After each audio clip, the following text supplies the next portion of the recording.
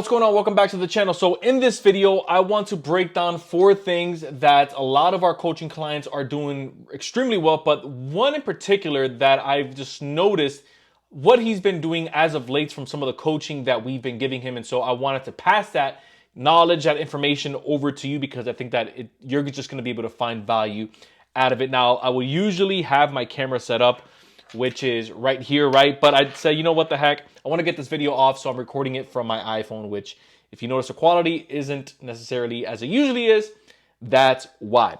So this client right here, like I mentioned, he's at $250,000, or if I haven't mentioned that already, he's at $250,000. He's looking to get anywhere between $300,000 to $350,000 before the year's over. Now, we're recording this video at the end of September going into October.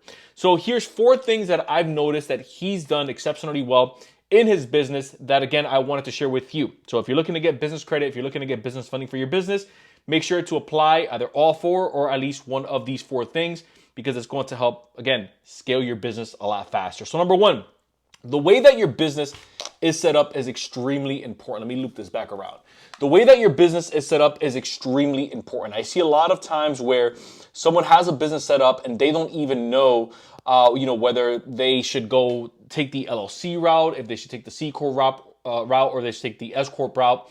And oftentimes, I think one of the bigger mistakes is that people usually get stuck in the sole proprietorship route. Now, I'm not here to tell you how to manage your business or what you want to do or the way that you want to set it up, but you want to pick the one that's going to benefit you and your business, especially if you're playing the long game and you're using the actual structure of your business for tax saving purposes, or if you have a corporation where you have employees under you, then maybe sole prop given is not going to be the best route, right? But if that's maybe where you're starting, you want to think to yourself, how can I transition into an LLC?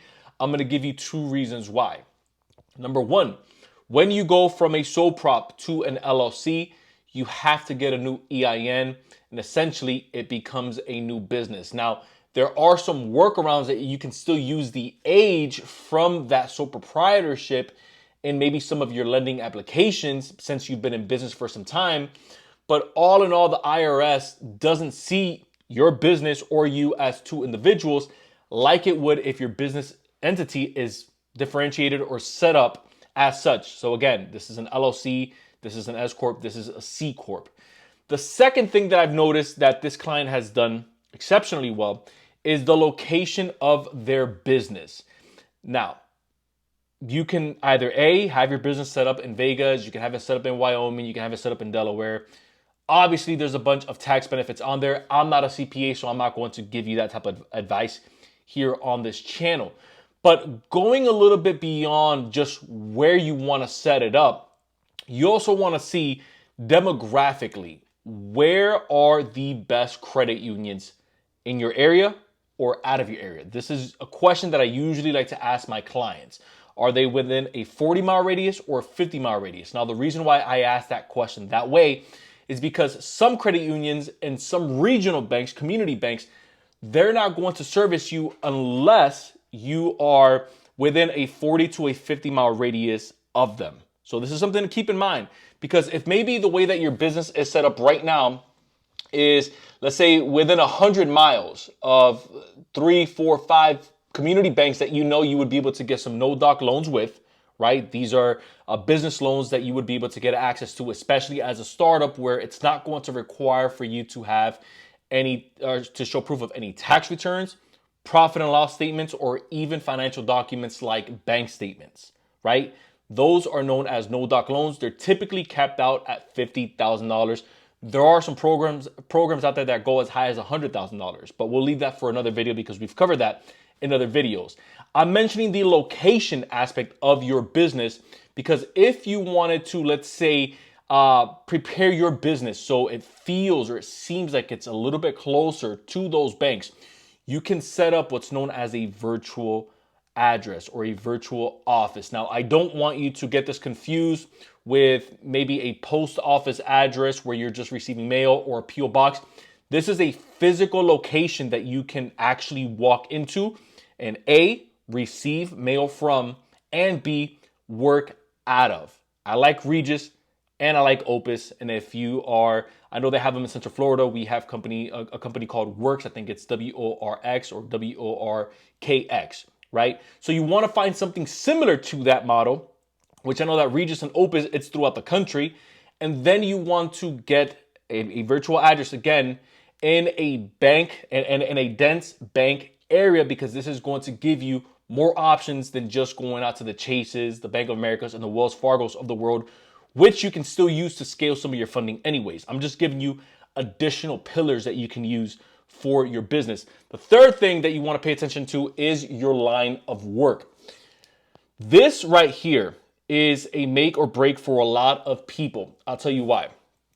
You'll often hear someone, especially on social media, and I see it all the time, where they're maybe coming from a good place and they'll say, hey, this bank or this credit union is giving out XYZ in funding, right? But by the time you probably get to it, it's too late anyways, because that, we call it the play. That play's already done. That method's already used up. And so that bank or that credit union or that regional bank, they tend to tighten up on the lending restrictions, and they start to limit the lending, not the lending, but the credit limit exposures, right? We had that right. The credit limit exposures, which is the maximum that they're giving out. So if it was $50,000 for, let's say, a line of credit and a business credit card with one inquiry as a brand new business with them, they'll probably drop that limit exposure over to, or exposure limit probably to like 25, 30, which is why focusing on the line of work and focusing on credit unions that are actually going to service you and your business is a better approach to take, because you're not always just jumping on the bandwagon. You actually know how this works, which is why we spend so much time with our clients teaching them how banks work, how credit unions lend out, what criteria credit unions look for, and underwriters, right? And so if, let's say, you're in logistics, and we know that truckers are usually considered more of high risk, you want to start paying attention to what are the banks, what are the credit unions that I can use, or even fintech companies that I can use that's going to help me maximize the amount of funding that I can get for my business, versus if you're just going with a bank or if you're just going with a credit union or lender, that they're usually more prone to approve maybe consulting companies, then that may not be the best fit for you, right? Or if you're in real estate, you want to go where the money's at with real estate, and you want to go where it's flowing like milk and honey.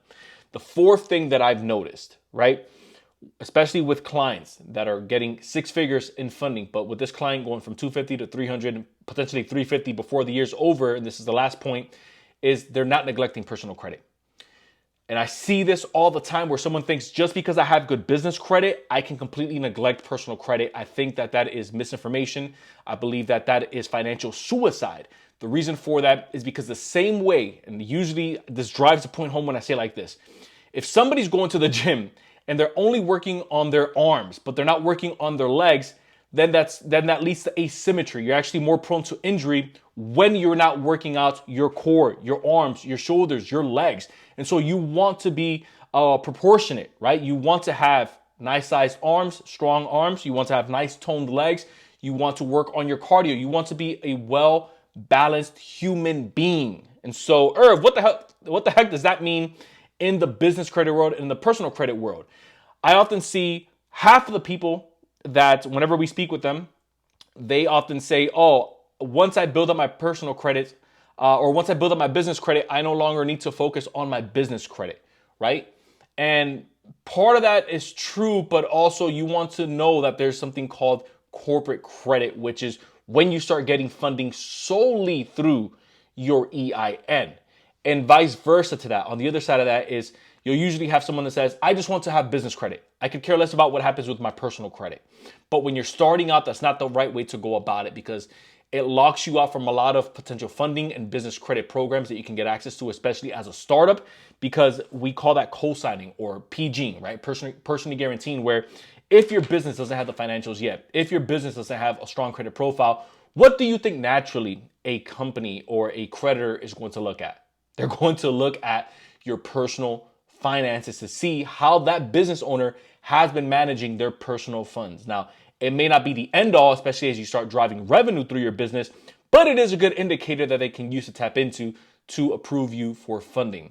And so those are really the 4 points that I wanted to give you: setting up your business the right way, the location of your business, the line of work that you decide to use on your applications, and neglecting your personal credit just because you're building up your business credit or your credit or your corporate credit profile. If you found value in this content, consider hitting that subscribe button down below. I have a bunch of pretty cool stuff that you guys can check out down in the description, tools and resources. If you want to jump on a call with me and my team, where we can take a look at your business, where you're at, to see how we can help you build up your business credit and help you get funding for your business, let's jump on a call. I'll leave that link as well down in the description. If this is your first time here, if you haven't done so already, consider hitting the subscribe button down below. Join the official community.